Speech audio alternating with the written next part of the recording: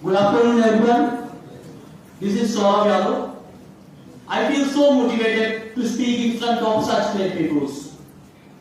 I will be bilingual so that I try to influence each and every people of this hall. Abhua Disam, Abhua Raj means our country, our rule.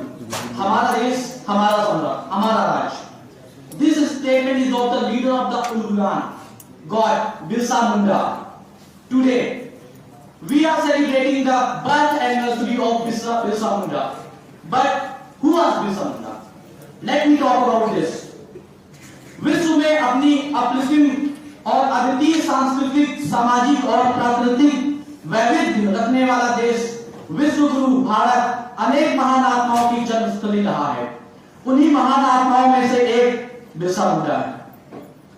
Birsa Munda was born on 15 November 1875 at the Ulihatu village present in the Jharkhand. His mother name was Karni Hatu and father name was Sugna Munda. जल जंगल जमीन, जैसा कि sir ने बोला अभी, जल जंगल जमीन सदियों से आदिवासियों का जंगलों पर अपना आधिपत्य रहा था। उन्हें अपने इलाकों में किसी भी प्रकार का शासन या दखल मंजूर नहीं था। But at the time of English rule, Britishers उन्हें बहुत ज्यादा परेशान करते थे। अंग्रेजों ने हर तरह से उनको बर्बाद करने के लिए कुछ भी नहीं छोड़ा। पर उन्हें यह पता था कि हम इनसे लड़ नहीं सकते हैं, बिकॉज जंगल को जितना वो जानते थे उतना ब्रिटिशर्स नहीं जानते थे। ऐसी जो लड़ाइयां थी, ऐसे जो वार थे, वो जीत लेते थे, बिकॉज वहां पे आमने सामने की लड़ाई होती थी। लेकिन जंगलों में तो सर आप आमने सामने की लड़ाई नहीं लड़ सकते ना। तो वहां पे ब्रिटिशर्स को पता चल गया कि हम इनसे ऐसे तो हम नहीं जीत सकते। फिर उन्होंने क्या किया, उन्होंने वहां के जो अगल बगल के जमींदार थे उन जमींदारों को इन्फ्लुएंस करना शुरू किया और उनसे संधि करना स्टार्ट किया। फिर उस थॉट को उन्होंने अपनाया और उसी से इन्फ्लुएंस होकर जमींदार उसी लालच में आ गए। अपनी समाज और जात की दुर्दशा देखकर बचपन से ही बिरसा मुंडा के मन में क्रांति की भावना जाग उठी। And I want to quote one thing at that time. आप चाहे भगत सिंह को ले लें, चंद्रशेखर आजाद को ले लें, राजगुरु को ले लें और चाहे बिरसा मुंडा को ले लें, ये सारे के सारे पीपुल्स, ये सारी की सारी महान आत्माएं जब चाइल्डहुड था तभी से इन्होंने देखा था अपने जो भी कंडीशन थी, अपनी दुर्दशा देखी थी, अपनी जाति की दुर्दशा, अपने देश की दुर्दशा देखी थी। वहीं से इनके सबकॉन्शियस माइंड में वो चीजें चली गई और दैट वाज द रिजल्ट कि at a very early age इन्होंने जो कर लिया वो कोई और नहीं कर पाया।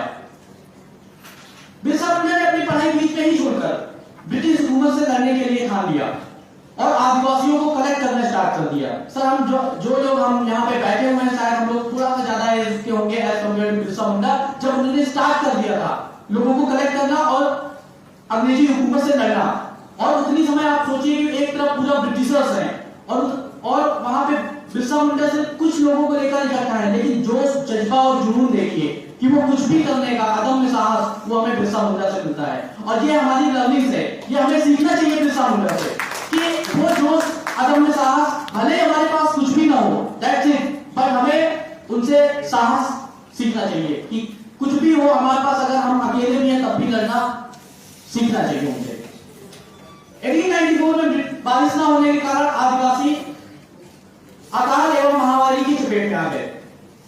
आदिवासी के अंधविश्वास के प्रति बहुत ज्यादा लगाव था, जिसके कारण वे अकाल और महामारी को दैवी प्रकोप समझते थे।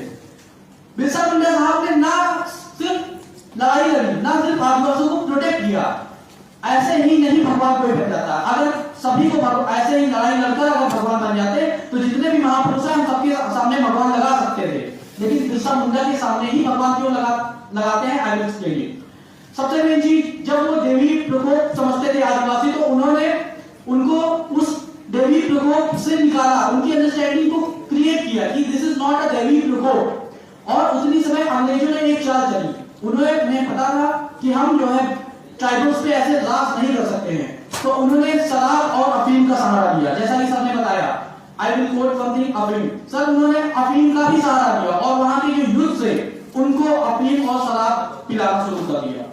और जब अफीम और शराब से अगर हमारा युद्ध ग्रस्त होगा तो सीधा फंडा है कि वो लड़ाई लड़ने के काबिल तो नहीं रहेगा, ना उसके अंदर वो साहस बचेगा। तो उन्होंने उस टेक्निक को अपनाया। तो बिरसा मुंडा साहब ने क्या किया कि सबसे पहले यूथ को उस शराब और अफीम से निकाला। सबसे पहला काम उनका वो था। और जब दैवीय प्रकोप और अकाल से जूझ रहे थे आदिवासी, तो उनको कैसे उन्होंने निकाला, उनकी सेवा की, हर तरीके से उनकी मदद की। सिर्फ लड़ाई नहीं लड़ी, उनको लिए मेंटली एंड फिजिकली दोनों तरीके से बिरसा मुंडा साहब ने सपोर्ट किया। दैट इज व्हाई आदिवासी उन्हें अपना भगवान कहते हैं। ये कॉन्सेप्ट है उनके भगवान बनने के पीछे का। 1897 से 1900 के बीच आदिवासियों और अंग्रेजों के बीच काफी लड़ाइयां हुई। आदिवासियों के अदम्य शौर्य के कारण कई जगह अंग्रेजों को पराजय का सामना करना पड़ा। बिरसा मुंडा ने 1895 तक लगभग 6000 आदिवासियों को इकट्ठा करके सबसे बड़े दल का निर्माण किया। उस समय सोचो, एक अकेला आदमी, और उसने कुछ ही सालों में 6000 का डिफेंडर एकत्रित कर दी। तो कुछ तो बात थी उसमें, कुछ तो साहस था उसमें। भारत के इस अदम्य साहसी नौजवान को अंग्रेजों की मॉडर्न तोपें और बंदूकें पकड़ नहीं सकी थी। आपको मैं बताना चाहूंगी कि उतने समय जितने भी मॉडर्न टेक्नोलॉजी थे अंग्रेजों के पास, उन्होंने सब कुछ लगा दिया बिरसा मुंडा को कैप्चर करने के लिए। बिकॉज उन्हें पता था कि इसको अगर राजा को हमने मार दिया तो प्रजा तो अपने आप ही मर जाएगी। तो उन्होंने क्या किया कि इनको पकड़ने के लिए हर तरीके से जाल बिछाए, बट नहीं पकड़ पाए। लेकिन आप तो जानते हैं कि हमारे देश में जयचंदों की तो कमी थी नहीं। उन्होंने बिरसा मुंडा को पकड़ने के लिए 500 रुपए का उतनी समय एक इनाम रखा, और उन्हीं के साथियों ने उन्हें पकड़वाने में कमी नहीं छोड़ी। तो हमें सीखना क्या है बिरसा मुंडा साहब से? सबसे मेन चीज, आज हमें पता ही है कि उतनी समय अंग्रेज राज कर रहे थे, आज कोई और राज कर रहा है, आप सब समझते हैं। और कैसे राज कर रहा है? वही अल्कोहल और अफीम देकर। सीधा तो फंडा है, आप सब समझ सकते हैं कि अल्कोहल और अफीम का कैसे सहारा उस समय लिया था।